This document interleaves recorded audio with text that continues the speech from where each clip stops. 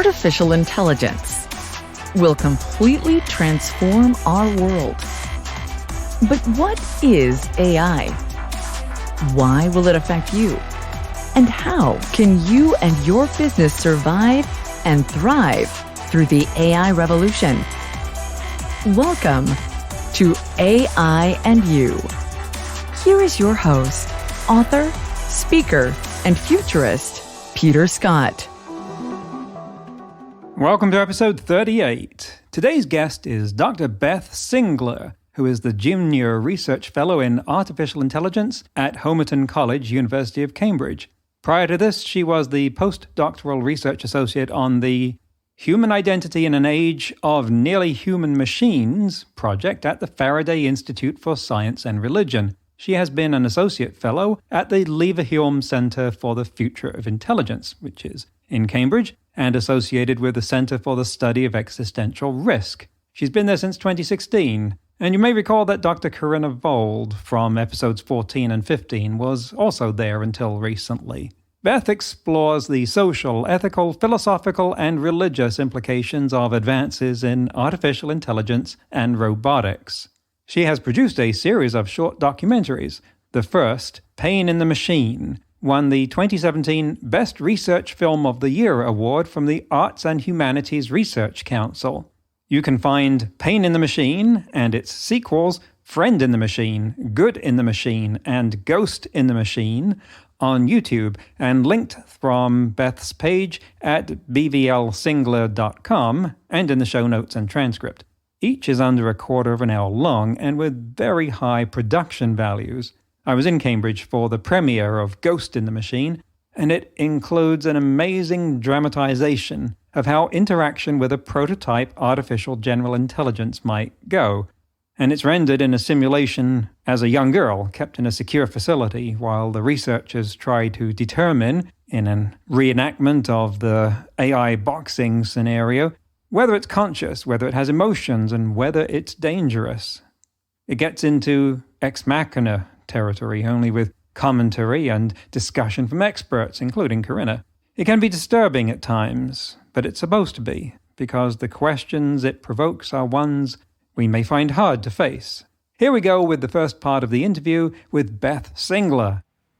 Beth, welcome to the show. Hi, thanks for having me on. So you have quite the eclectic niche in artificial intelligence. It says you're a researcher in artificial intelligence. What department are you associated with, if any? Is it anthropology, sociology, computer science, philosophy? Yeah, I'm an interesting beast, I suppose. And probably when the current position that I have was advertised, maybe they were thinking they'd get themselves a computer scientist or at least a philosopher. But they've ended up with an anthropologist who's looked at contemporary religious movements in a lot of her career. So I bring some of that thinking with me to my understanding of how people tell stories about AI and what they think AI is and what kind of groups and communities form around those ideas. But I'm by no means a computer scientist or a technologist. So I always caveat a lot of my talks with, I'm not trying to create AI. I'm trying to understand what we think it is. How would you describe yourself in one word?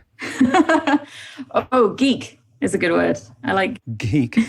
And storyteller? Yes. Before I came back to academia and did my master's and my PhD, I was a struggling, not very successful screenwriter. So I bring some of that storytelling with me into my work, and I'm really interested in doing public engagement work to help people understand what's actually happening with AI and what parts are the kind of fictional elements that they can enjoy in science fiction, but be a bit more skeptical about when it's presented as science fact. That's hinting at a mission there. What is it that's driving you? What difference are you looking to make in the world? I'm really interested as an anthropologist in people's utopian hopes and their dystopic fears. And I suppose as an anthropologist, I recognize the impact of both of those, but want to also address where the interesting muddling middle ground is.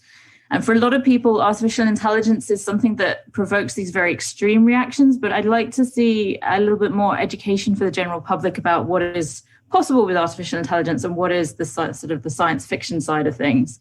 So I suppose if that's a mission, I suppose that's as close as I get to it. For a long time, I think my mission was to understand what people think of when they talk about AI. And then if perhaps that's leading them in directions that are personally harmful to them, then we need to think about that in terms of the ethics of applications of AI as well. Why has this engagement, this fascination of the public with AI exploded lately? Well, I think it's an iterative relationship between the press and media's representation of artificial intelligence, which obviously draws on a lot of science fiction tropes and imagery. It's very rare you get an article at least in the UK press without some sort of image of the Terminator on it. And that feeds into people's expectations, their hopes, their fears, their dreams and nightmares about AI. I think also, there's a whole policy shift around the world, but I'm looking, with my location in the UK context, into seeing that this is definitely the direction in which the technology is going, and we should be pushing as fast forward with this as possible, sort of a AI accelerationism, I suppose. And that's definitely there in the discussions of policy in the UK and probably likely in other countries as well. So there's an overall increase in the conversation. When the benefits of particular applications of AI become apparent, then some of the speculations on what it can do can grow as well. Have we been here before in history with this level of fascination or obsession with AI? Was it different? Well, a lot of times people indicate towards the story, the narrative of the AI winter and the AI summer, and say, we've had these booms and busts of hype cycles before when it comes to artificial intelligence.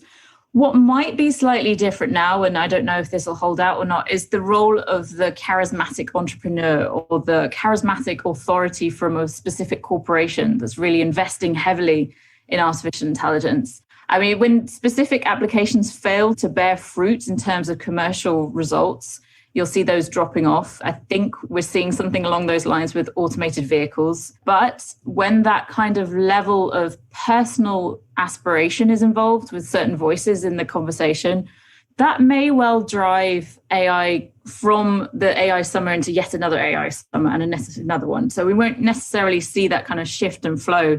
Perhaps when the previous AI winter was a big concern, it was because there was a limitation in state and governmental funding.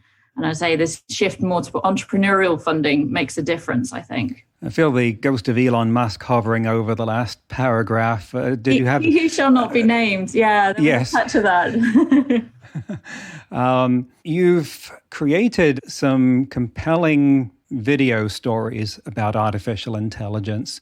And I'd like you to describe those to whet the appetite of anyone who hasn't seen them so that they'll go out and look at them, and describe your role in those and how they came about. Yeah, so at the beginning of my last postdoc position, when I was getting into the subject of AI and not fully myself feeling like I had a grip on the conversation and the debate, I worked with a team of filmmakers and actually someone from the Department of Pharmacology here at the University of Cambridge to create one short documentary called Pain in the Machine, where I wanted to ask the kind of the provocative question, could and should a robot feel pain? And then use expert voices within that, as well as some narrative storytelling elements to kind of open up that question to a public audience. And then after that, we then continued on and made 3 more films, keeping the title structure of In the Machine. So there's Friend in the Machine, which is about questions of companionship and whether robots could ever be good friends. The third is Good in the Machine, about the ethics of applications of AI and also the larger questions of making AI itself ethical in its behaviors.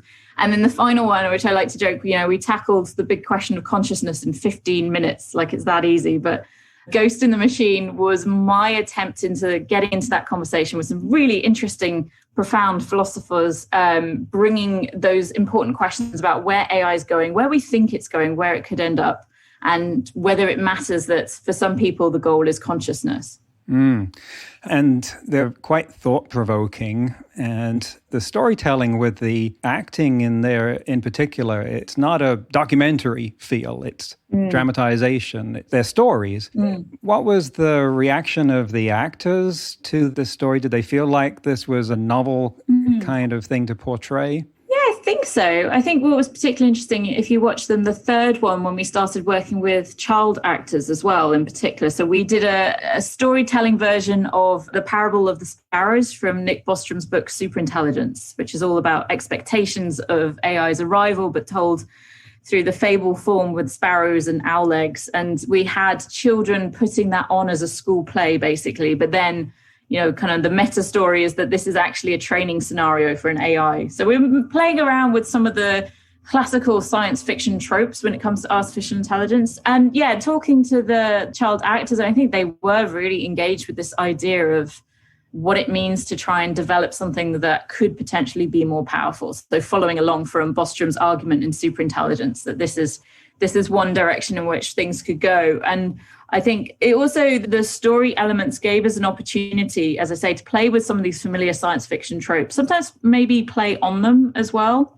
So we made sure that we, in particular, had female actors for the roles of the AI scientists, because the stereotype view is obviously the male genius creator who develops AI in a secret lab somewhere and it wakes up and comes to consciousness. So we wanted to play with some of those expectations as well. You mentioned children there. Do you find in your interactions with people who are on the outside of AI, if you will, not at all familiar with the technology, but they have some idea that it's an impact to their life, do you find a differentiation between children and adults in their attitudes? It's interesting. I've done some schools talks, and one of them in particular, they surprised me by saying, well, come along and talk to 17, 18-year-olds who are doing philosophy and computer science. And then while I was actually there, they said, actually, do you mind popping over to the junior school and talking to our sort of 8-year-olds who've been doing English creative writing projects on robots? And of course, I was very nervous because I hadn't prepared anything. But all I had to do was ask them 2 questions. And for the rest of the 40 minutes, they spoke. I didn't even have to say anything else. It was fine. And the 2 questions I asked were, what robots do you know? And what should robots be able to do? And they knew all the science fiction robots, probably from films they were too young to have watched, but that's up to their parents. And they had very distinct ideas about what robots should be able to do, primarily to do for them. So things like clean my bedroom, scrub the toilets. I liked follow me around and give me money, which I think is probably the role of most parents at the moment. But that was another one. And I think there are some parallels there. When you do public engagement talks to adults, there are similar sort of positions on what robots can do for us, what embodied AI in some form can do for us. I think there's more concern perhaps coming from adult voices. They start talking about the ethical implications. They have more obviously self-selecting audiences that come to public engagement talks. They likely have an interest, have thought somewhat about what AI could mean in the future. So you do get those more cautious voices. I think the children I spoke to are more enthusiastic, specifically, AI robots that can clean their bedrooms for them. They're very, very keen on those. Yes, and I think the parents would agree. I also would like something to clean your bedroom. Absolutely. I've experienced similar reactions, and also that for them, in speaking to middle schoolers, same age as what you were talking about, that AI is part of their environment already. They speak about it as something that's already here. Yeah. Like computers are always been part of their environment, and for some of us it wasn't, but now for them, AI is already part of their environment. Going back to the pain in the machine, would it be giving away too much to ask whether that question was answered, whether they should feel pain? No, I think what we were really intending with the films was to open up the conversation to a general audience. We didn't feel particularly that we had the definitive answer. We wanted to involve voices who felt that they perhaps had definitive answers. So there are some, straight down the lines, yeses and nos from some of the people we interviewed. But on the whole, we wanted some form of balance, but with the information so the audience could perhaps make up their own minds. So one of the things we did also as a part of releasing the films online was to attach surveys to them. So I have, not massive sample size surveys, but a few people who self-selected again into answering questions about the films and whether the films themselves had an impact on their thinking around the subject, whether they had changed their minds in particular ways. And also questions about whether they were concerned about the future of AI as well. And that varied, I think, along the course of the films. From the first film, there was less concern, but by the time the last film, I think some of the responses and the questions around consciousness in particular, there were more concerns, perhaps because, as I say, the science fiction that we ingest so often has this idea of the destructive conscious AI that's turned on and decides to destroy all humans. So I think that is certainly an element in people's understanding of what AI is capable of. Your series seems to me to evoke some of the fundamental dichotomies that we've not resolved about the role of artificial intelligence. That, for instance, its ability to feel pain reminds me of one of the early questions I got in talking to groups where someone said, if AI has not suffered, how can it have empathy for us? And I think that's behind a lot of the ethical dilemmas about things like the trolley problem, is that we don't have an answer to the trolley problem, but we know that a human trying to solve it will suffer trying to come up with the answer. If they don't feel some level of anguish about that question, they're not really human. And I think that a lot of the difficulty we have in the ethics of artificial intelligence is rooted in the idea that we assume it doesn't feel pain or compassion or empathy. But then the conversation doesn't seem to go as far as, well, then should we allow that to happen? Because then now we really are talking about playing God if we're talking about creating something that can feel and then ensuring that it feels pain. And it looks like you're going there, not playing God, but you're asking that question. Is that accurate? How far have you gone down that road? On the question of instilling empathy and compassion through suffering, I think it's more that I'm interested in our public responses to that. I mean, I don't necessarily consider myself to be a philosophical ethicist who's going to come up with a solution to that question. I'm more interested in why we keep asking that question. I think it's really interesting to question why it is, to kind of paraphrase, or why do humans dream of electric slaves? In the sense of, if we do keep imagining versions of entities that we create, but we don't enable to have all the full levels of existence and experience that we have, why do we think that's preferable? And then conversely, why also do we imagine scenarios where we can create something that is parallel to our human experience? Why do we continue to sort of feel alone in the universe and want to create replications of ourselves, or literally, as in Blade Runner, replicants? I think it's significant, going back to Blade Runner as well, that it focuses down on this unquantifiable concept, but of empathy as the indicator of humanness and personhood. So the Voigt-Kampf test specifically for empathy is about what defines you as being a human or not human. And then the endless conversation about whether Deckard was a replicant or not kind of does that at a meta level. We're constantly asking, is the main protagonist in which we are partaking the story, is their story that of personhood or not personhood? We're doing the same sort of thing. So I think it's a continuing conversation that humanity has had for a very long time. It's now focused in on the idea of synthetic beings, but we've had this conversation historically and culturally in many different contexts when we've encountered those that are considered to be other minds, and we've decided whether or not, be they non-human other animals or non-human other persons, that we haven't qualified completely as persons until much, much later on in our interactions with them. Why do we continue to have these conversations again and again, and then daydream about a future where we have that ability in AI as well? I think that's the interesting question. There's a lot to unpack there. In Blade Runner, it's interesting that it could portray this society where the dividing line between humans and androids pivoted on this question of empathy, but each was so close to that line in terms of the humans lacking it and the androids faking it, that you needed a special machine to tell the difference. Yeah. I mean, absolutely. I mean, it's so much more prevalent in the book than the film. The film obviously suffers from, Hollywood production and what happens to stories when that happens. But in the book, the whole conversation about our relationship with animals in particular is so much richer. And we can be having those conversations about wider varieties of non-human others. Is AI at the moment has perhaps caught our attention, that we shouldn't be ahistorical and ignore the fact that these conversations have happened many times before. You can throw in aliens as well, as a futuristic concept that we're still considering. What would it be like to encounter alien entities? It's a similar conversation. Right. Although in that case, there was definitely the sense that we could outsmart it, that there is encounters with alien races in fiction generally is one where we outsmart them in some way. Or they're dumb enough to be outsmarted by microbes. For instance, the Martians arrived and forgot to put on the PPE.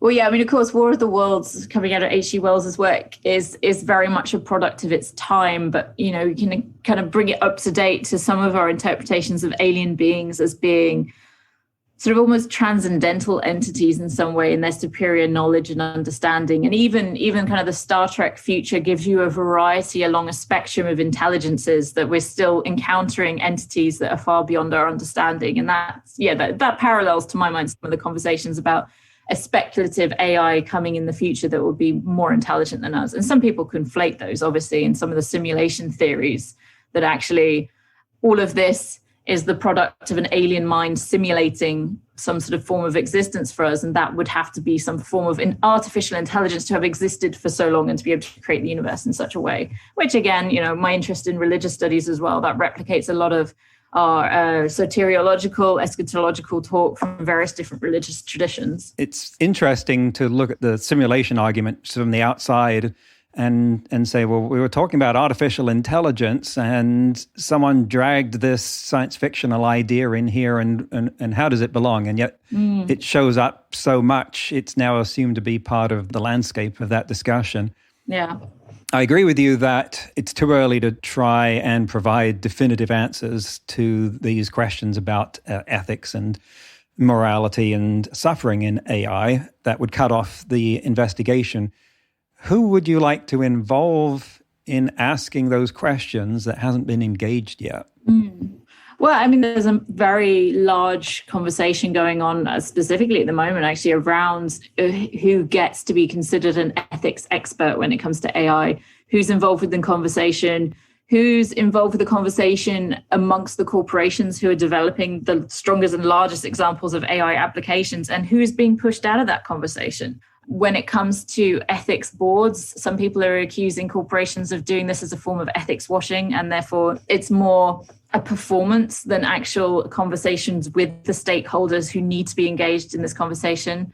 I think some of the work I've done in public engagement has been really illuminating for how little the general public is being involved in the conversation. That, some of the talks I do, people self-select in and are therefore quite knowledgeable about AI.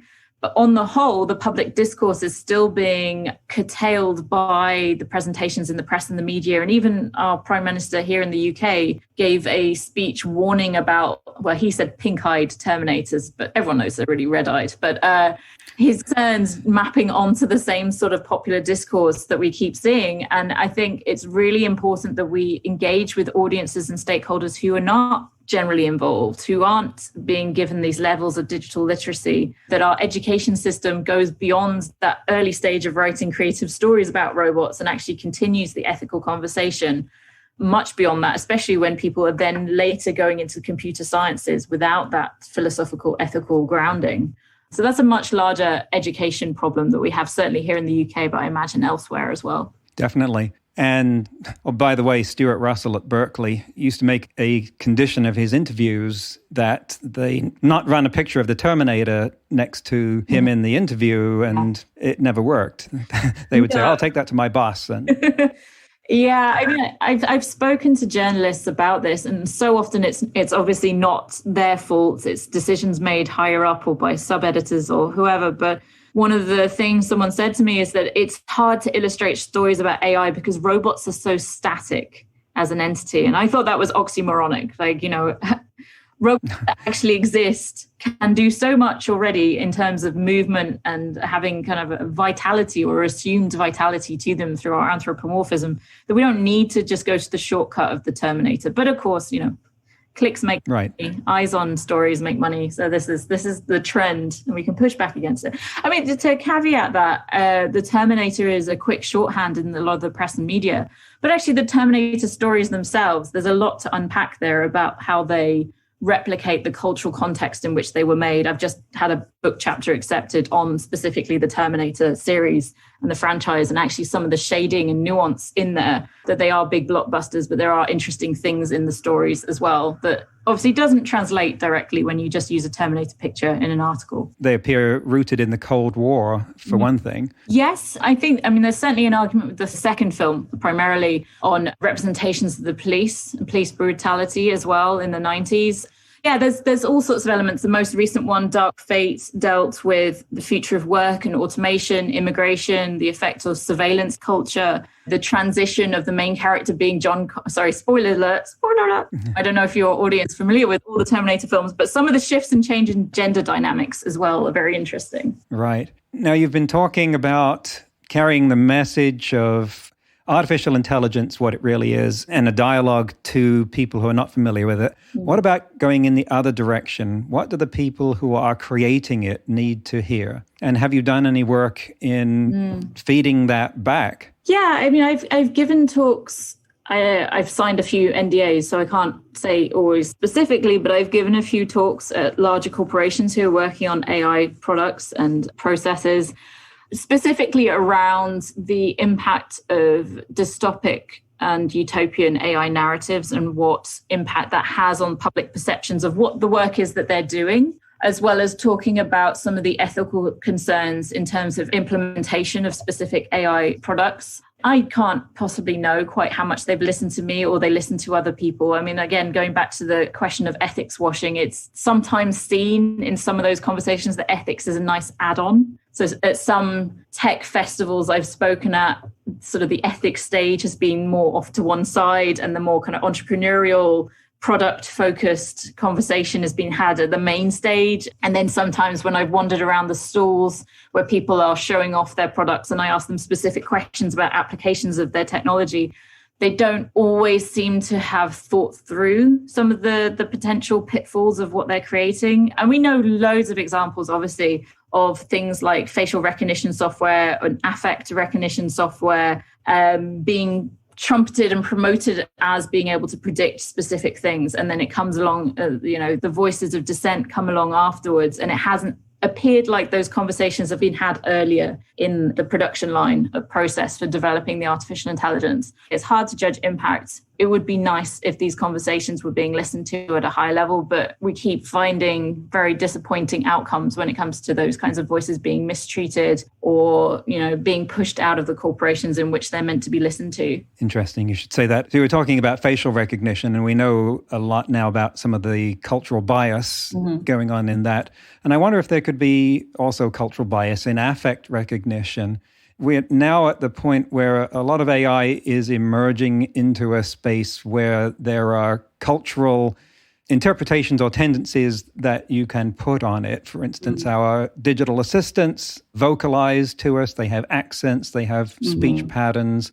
Things like GPT-3 are evolving conversational abilities based on what they've absorbed from the internet. And I wonder if it's evolving unconsciously into a monoculture that is shaped on Silicon Valley mores, thinking, values that will dominate the world in the same way that Hollywood has dominated media and export those values and morals around the world by fiat. Yeah, I definitely think that's a concern. I definitely think we've seen with GPT-3 some of the responses to questions about certain cultures. So if you ask, I think recently, if you ask about Nigeria, what it says about Nigeria and so forth, and what are the normative values that are underpinning the kind of neutral setting? I think that's, the assumption that there is such a thing as a neutral setting.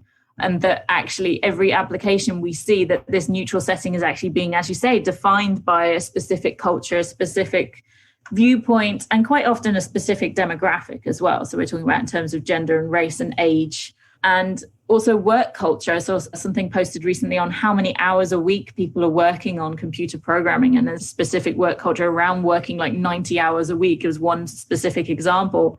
To make that position the default neutral and then to try and fit the rest of the world into boxes that match that as greatly as possible could be hugely detrimental.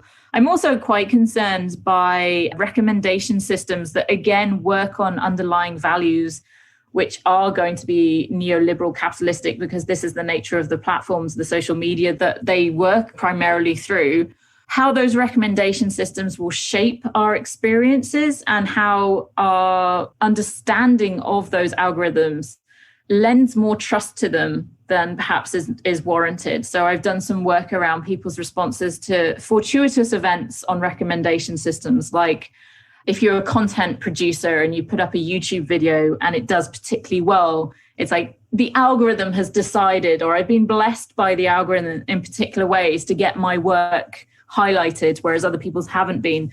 And if we start seeing the invisible forces of algorithmic decision-making systems as something almost transcendental, how much of our trust and our responsibility and our own autonomy will we be handing over to them as well? And another bit of work I did a couple of years ago, I was involved in a steering committee on a group of citizen juries, so getting members of the public relatively randomly chosen to think about the role of automated decision-making systems and how much we should be aware of them and how much they're invisible. And I think for those participants, the first stage was just showing them how much is being decided behind the scenes in a way that's not visible. And then they deciding, well, actually, we should be informed. We should have disclaimers. We should have a bit of information on a mortgage letter that says, actually, you've been excluded from this mortgage because X, Y, Z. And I think if we're going to continue to make automated decision-making systems, we need to think about how we structure society to make that as transparent as possible. So these are all kind of interlinked concerns that broadly fall under the ethics banner, I suppose. That, of course, is only halfway through the interview. We continue to respect download limits and attention span limits.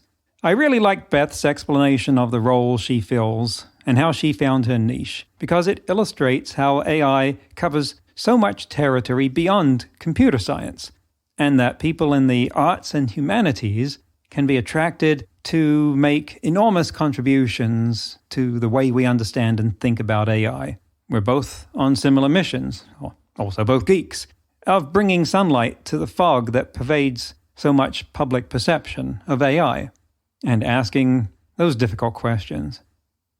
In today's news, ripped from the headlines about AI, in November 2020, a team of engineers from Penn State was working on creating a type of computing based on our brain's neural network systems, using the brain's analog nature.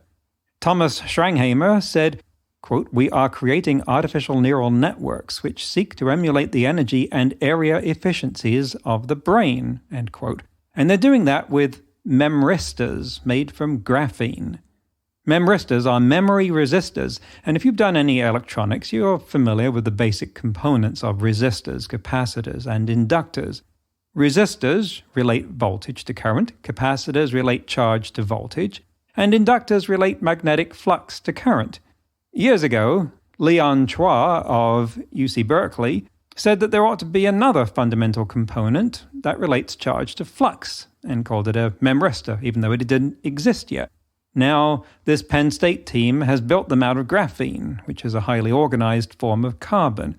According to Physics World, they are building artificial neural networks that work like the synapses in our brain, which connect the brain's neurons and can be reconfigured. The team's artificial neural networks can be reconfigured by placing a brief electric field to a sheet of graphene. So this is important because it is expanding our cognitive hardware in a different dimension from the classical chip design, and that holds the potential for improving upon the cognitive performance and power consumption. By the time this episode plays, I will have presented the opening keynote at British Telecom's AI Festival, which took place virtually on February 24th and 25th. It would normally have taken place in person at BT's wonderful Martlesham facility, which I was invited to, but of course it happened online instead this year, and that meant they could invite 10,000 people instead of the usual few hundred. I'll have more news about this huge AI event in a future episode. Next week, we'll conclude the interview with Beth Singler. Until then, remember, no matter how much computers learn how to do, it's how we come together as humans that matters. That's all for this episode of AI and You. Please leave a rating and comment and share with your friends. Get the book Crisis of Control and see more videos and articles at aiandyou.net. That's aiandyou.net, where you can also send us your questions. Thank you for listening.